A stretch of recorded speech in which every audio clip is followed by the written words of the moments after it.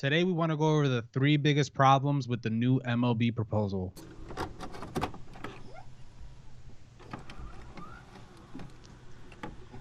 And what's up, everybody?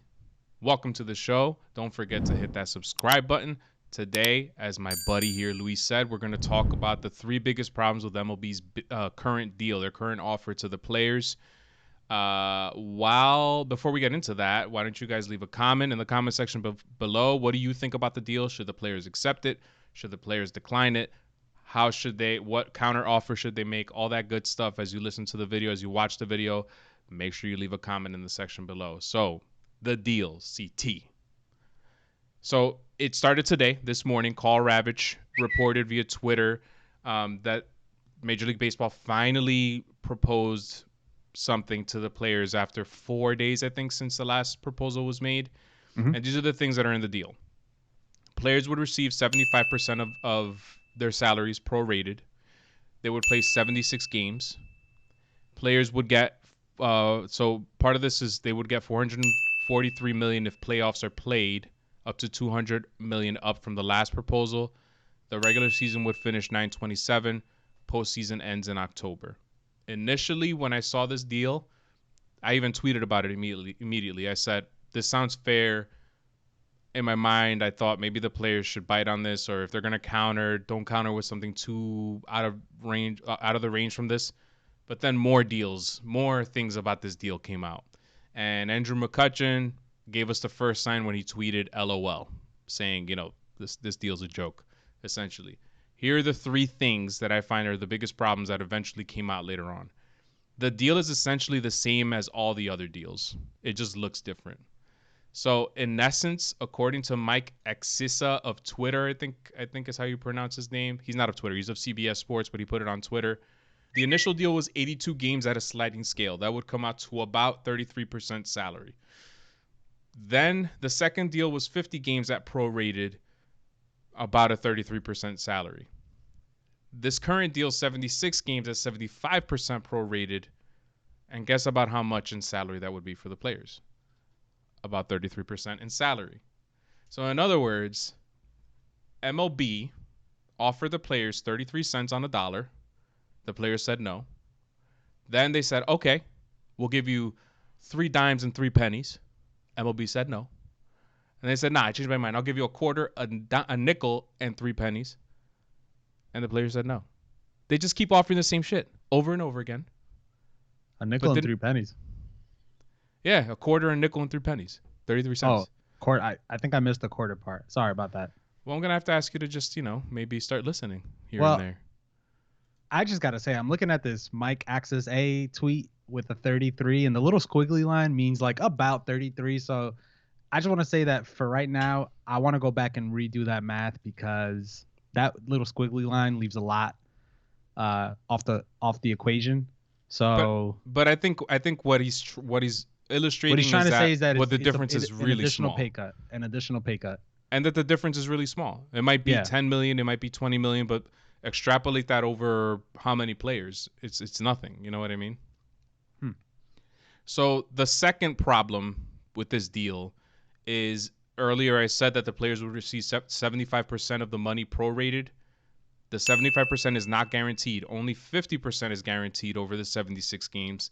And if there is a postseason, then the extra 25% would kick in.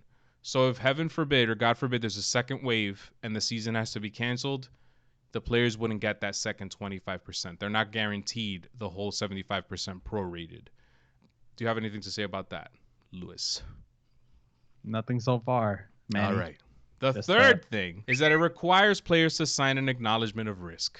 Essentially, MLB is saying, you guys are taking all the risk on the field. It's a dangerous world out there. COVID is still out there.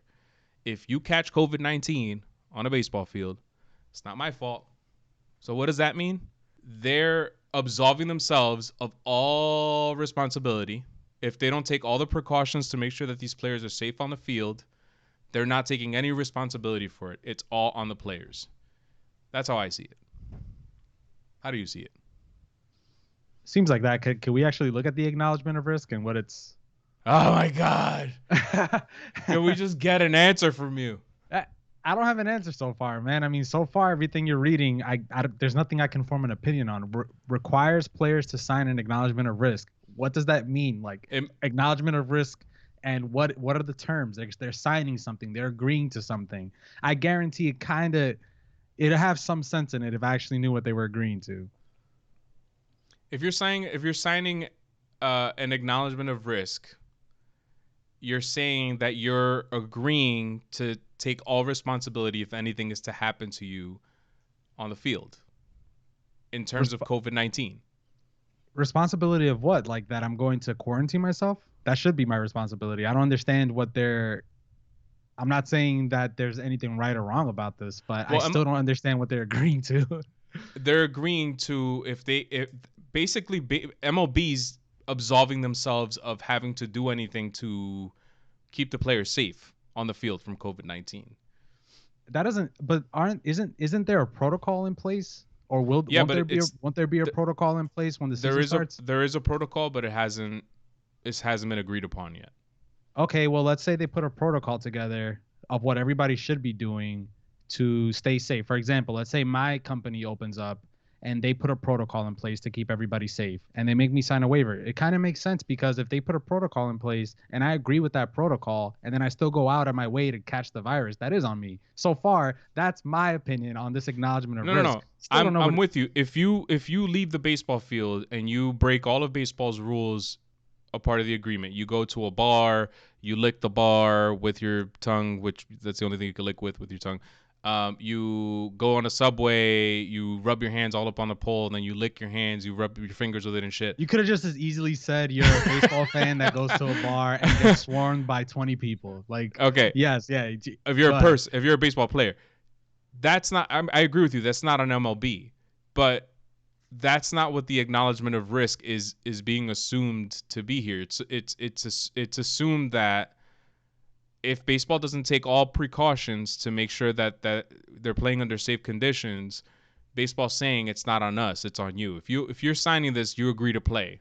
Like no matter what, whatever we could say umpires don't wear masks or whatever. You know what I'm saying? You All right. catch Well, COVID-19, yeah. all right. Just to be fair, though, I want to see what this acknowledgement of risk actually stands for. And also, I doubt that they're going to allow games to take place without there being some sort of protocol, which I think the protocol in itself is just you get scanned before you come in, you get scanned when you leave. There won't be any fans. We're not going to allow you guys to celebrate. That all sounds like a protocol to prevent a spread or an outbreak. If that's what I'm agreeing to, then I kind of have to it's common sense to have somebody sign that. But I still don't know what the acknowledgement is. All I see is requires players to sign acknowledgement of risk. All right, there, devil's advocate. And then the deal also includes, in terms of a playoff expansion, they're going to expand. They want to expand the playoffs from 5 teams to 8 teams per league. That would allow, it's like the NBA, right? That would allow 16 teams in total to be in the playoffs. The first round would be the 1 seed plays the 8 seed, the 2 seed plays the 7 seed, etc. And it's a best of 3. So that would mean if we take the teams from last year, the final standings from last year, that would mean that the Rangers and the Giants, who were sub 500 teams, would make it to the postseason, and the 81 and 81 Phillies would make it to the postseason. Also, the Boston Red Sox would make it to the postseason. Let's go. I think the Cubs. Did the Cubs make it last year? No, the Cubs would They make did it to the not. postseason. So it would open up the fields for a lot of teams, but how anything could happen in a best of 3 series. You just have to win 2 games. Is it not feasible that the Astros, who would have been the 1 seed, and the Rangers, who were the 8 seed, that the Rangers could take 2 out of 5, 2 out of 3 3 out of 5.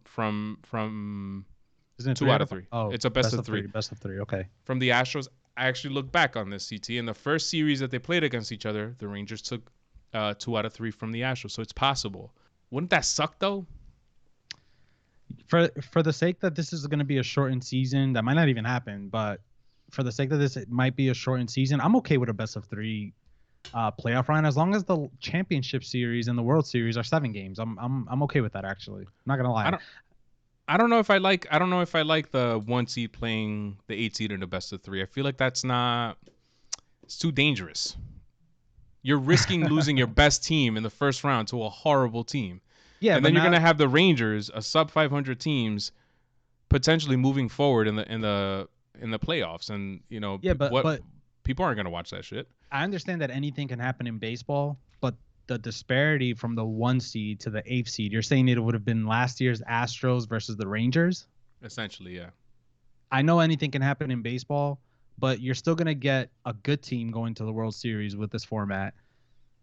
And the Maybe not. Astros shouldn't lose. Yeah, I think you will. I don't I think you don't know if it's going to be entertaining, but if you got a best of 8 and it's 16 teams, that means 4 rounds to get to the World Series. Best of 3, I think you're still going to get a good team going into the World Series. Obviously, nothing is guaranteed in this life, in this world, but but still, like, if you're the Astros and you lose to the Rangers in the playoff stage, 3 games, that's on you, man. Like, you guys have had Garrett Cole and Justin Verlander, both won 20 something games in the season, both struck out 300. I understand anything could happen in baseball, but you're supposed to win those games. Like, what about the wild card team? Like, do we get mad that the wild card team, like the Nationals, who were the legit wild card team, went on to Yeah. win the World Series? They weren't supposed to be there, and yet No. they No, you're they right. they But I feel like the wild card match is more fair because it's two subpar teams vying for one playoff position. In this instance, you're putting the number 1 seed against the number 8 seed in a short series where anything could happen. That's what I have a yeah problem with. yeah, I but mean, at least make it if everybody's gonna play in this, at least make it a best of 5 at this point. It's not like you're just vying for one playoff position. This is the actual tournament here. well, yeah, but all I'm trying to say is that the Nats beat the best America's favorite National League team in the first round of best of 5. I'm sure there were people that said that's not fair. It should have been a 7-game series. I bet you the Dodgers could have beat them in a 7-game series. That at the end of the day, you had your chance. You didn't win. I would like it to be a 5-game series, but if we're just trying to get this going, I'm okay with 3.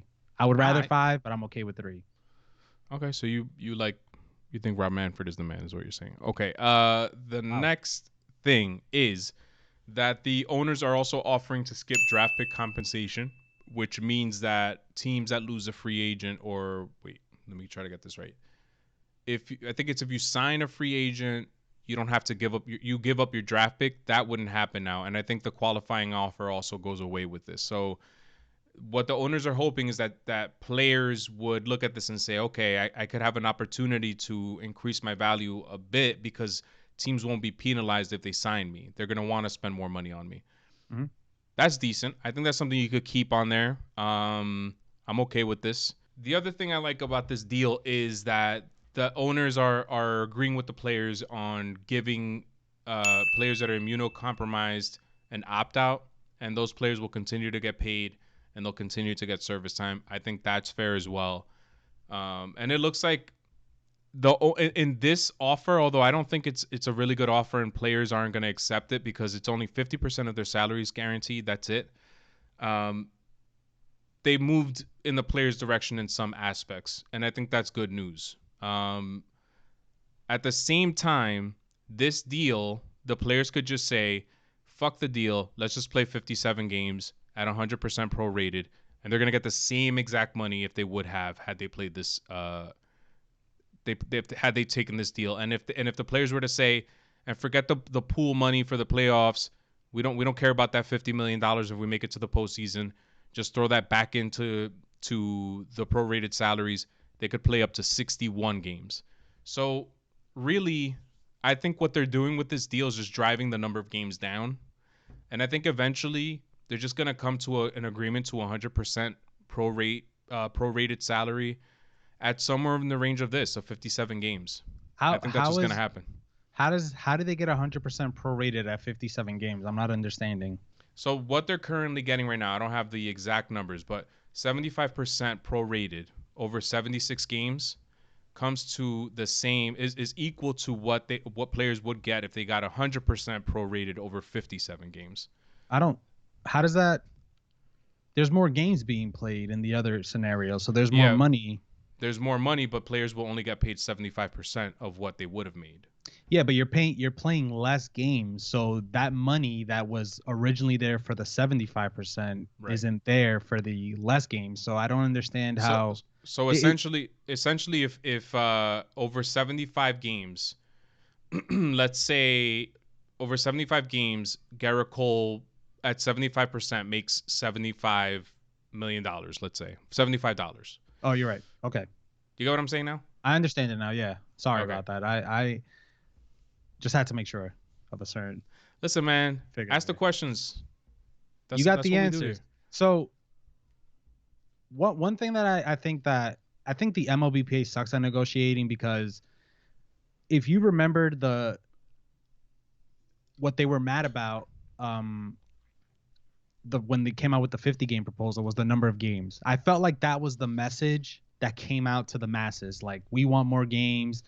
You're only making us play these many games. You don't want to pay more than a prorated for those 50 games, whatever. So what the MLB owners came out and gave you more games, but it doesn't look like they're budging from that 30, if that math is correct, that 33% of their salary being only being available. It doesn't seem like they're budging from that. If you're not going to budge from the 33% and they gave it to you on back-to-back, uh, make your either we get this amount of our contract or we're not playing at all. And I think a lot of this would just speed up. I think a lot of this is just back and forth of hearsay. Somebody saying we want more games, somebody saying we don't want to play under these conditions or whatever. But if it's about the money, make your stance the money. There's why would a negotiator just give you the same amount 3 times in a row and expect you to be happy? Like, make your stance that you want more money or just don't play. It's as simple as that. That's how Or you why negotiate. or why is MLB playing games and just offering the same thing over and over again? They're not Because something MLB isn't budging either.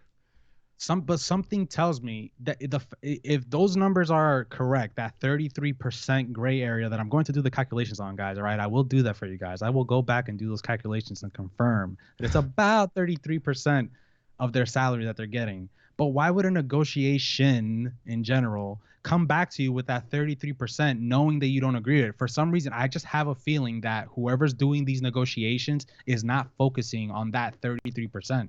If it's not the 33%, then your answer should be, don't even bother. We're not going to play. Yeah, well maybe the MLBPA is hoping that they would come back with a real offer, but MLB continues not to come Yeah, back but with a real offer. And then at the same time, I'm gonna go back to this one thing I keep saying: their books are closed. So yes. so players are saying, okay, so you guys have been making out like bandits all these years. We're taking all the risk on the field. You guys can hide up in your offices. You don't even have to come into the stadium. Give us more So, money. And yeah, but I honestly, I believe, and this is pulling this straight out of my ass. You know, I have no sources here.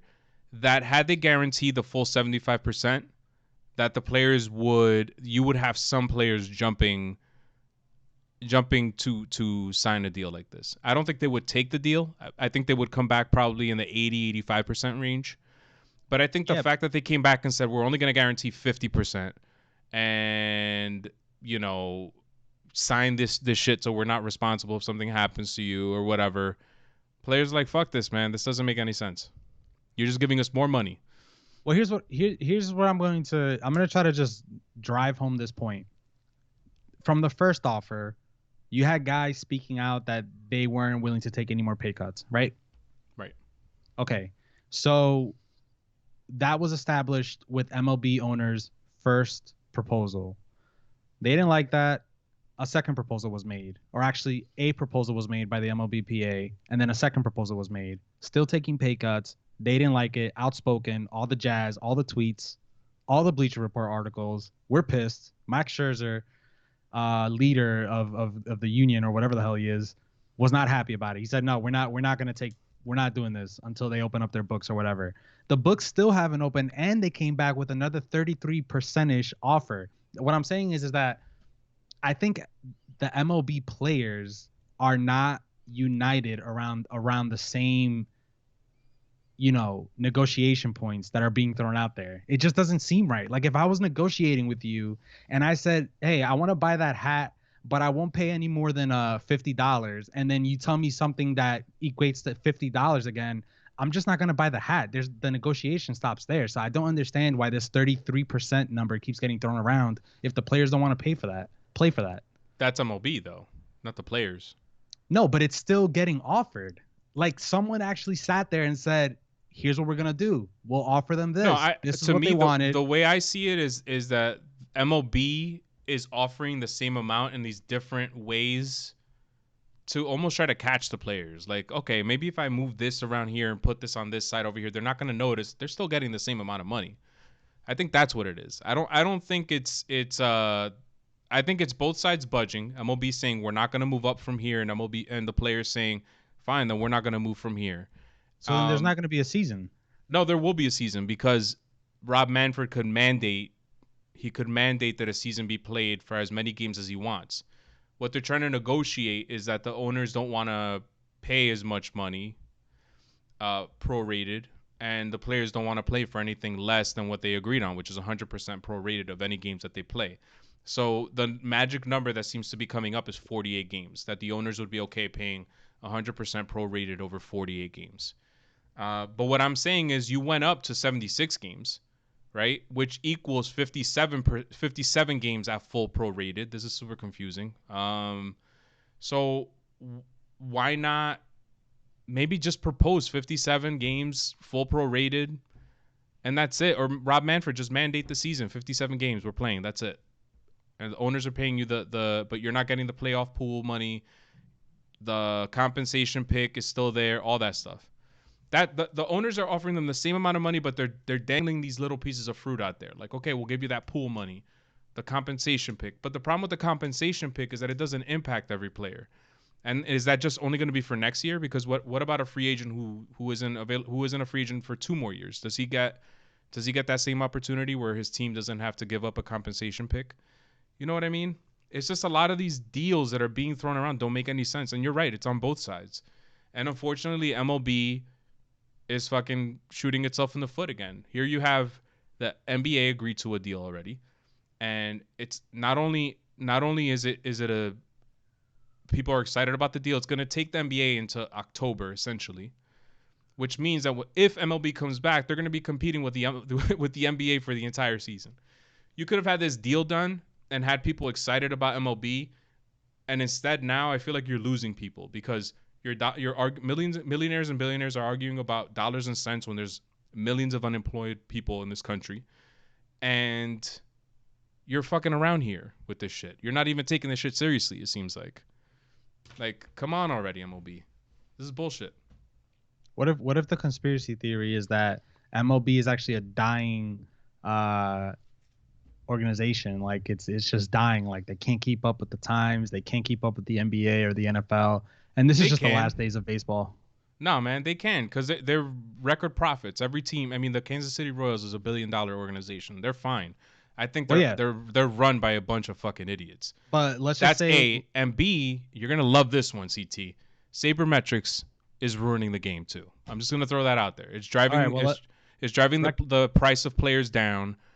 Players are pissed off about it because you have teams like the A's who you know Matt sabermetrics, man. I love it. I love it because of the strategy. But what I don't love about it is that a team like the Yankees could raise a player like Gleyber Torres, and when he becomes a free agent in 5 or 6 years, he may be on the downswing. He may not be the same type of player. So the Yankees will have no loyalty to a player like Gleyber Torres. They can replace him with somebody who's going to give them the same production, who's cheaper.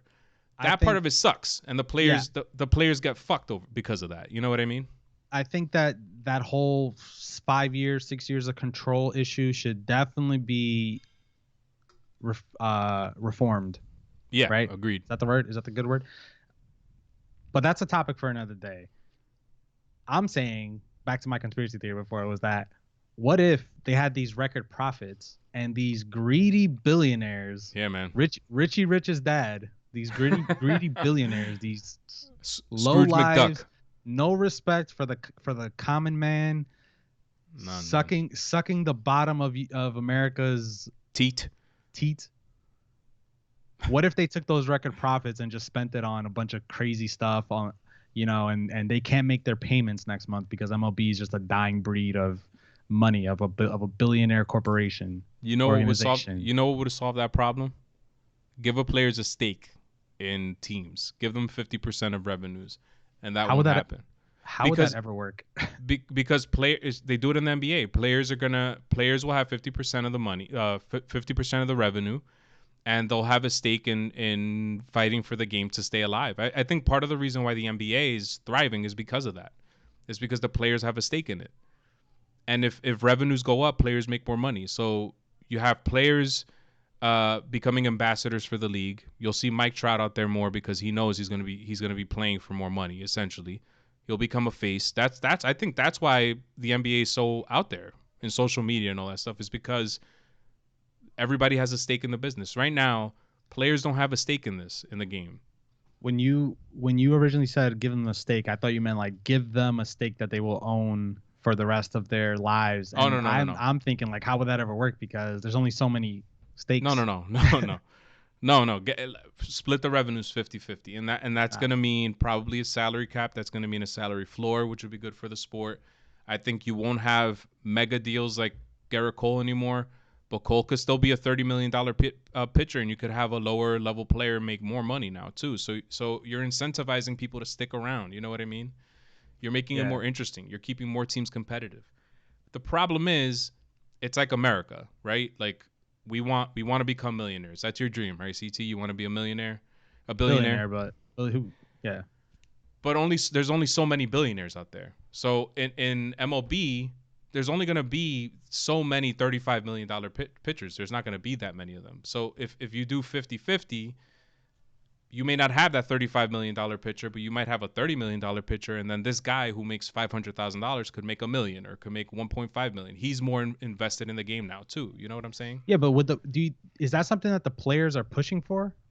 The players aren't going to want that because of this, because They then they're make not because if then they they're not if going to be what able to make that $40 million deal. You know what I and mean? they yeah. There, that's interesting. But at the same time, you can negotiate in good faith. You could have a 10-year great relationship with the league. Also, fucking replace Rob Manfred, man. This guy's a moron. He fucking mishandled biogenesis, and now look at this now. Like, clearly he's not fit for the job. Yeah, fuck that guy. Fucking gap tooth motherfucker. I'm sorry, man. Yeah, I, man. I love you, Robbie. I love you, Robbie Manfred. Dorothy Manfred is a saint. Mantooth. No. All right. Uh, th- uh, let's put a cork in this show and sign off. yes. All right. So let us know what you think of the negotiations. Is this offer from the owners fair, like CT thinks it is, or No, I didn't say. or Whoa, I didn't say it was fair. I'm just kidding. No. All right. What do you think? What do you think of the offer? Leave us a comment. Make sure you hit that subscribe button and check us out on the podcast as well. I'm Manny at MannyGo3. That's Luis at Hova Mojo on Twitter. Thanks for watching. Peace out, everybody. Peace.